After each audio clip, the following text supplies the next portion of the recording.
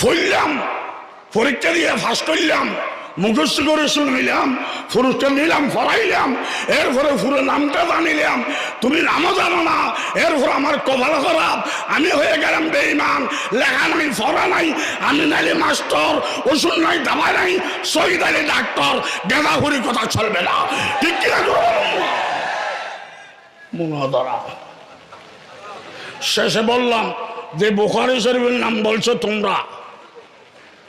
তোমরা যে কিতাবের নাম বলছো, আমি তো কাফের হাদিস মানি না, তোমরা যে হাদিসের কিতাবের নাম বলেছো, সনদান, মতনান, জরহান, তাদিলান, তারিখান,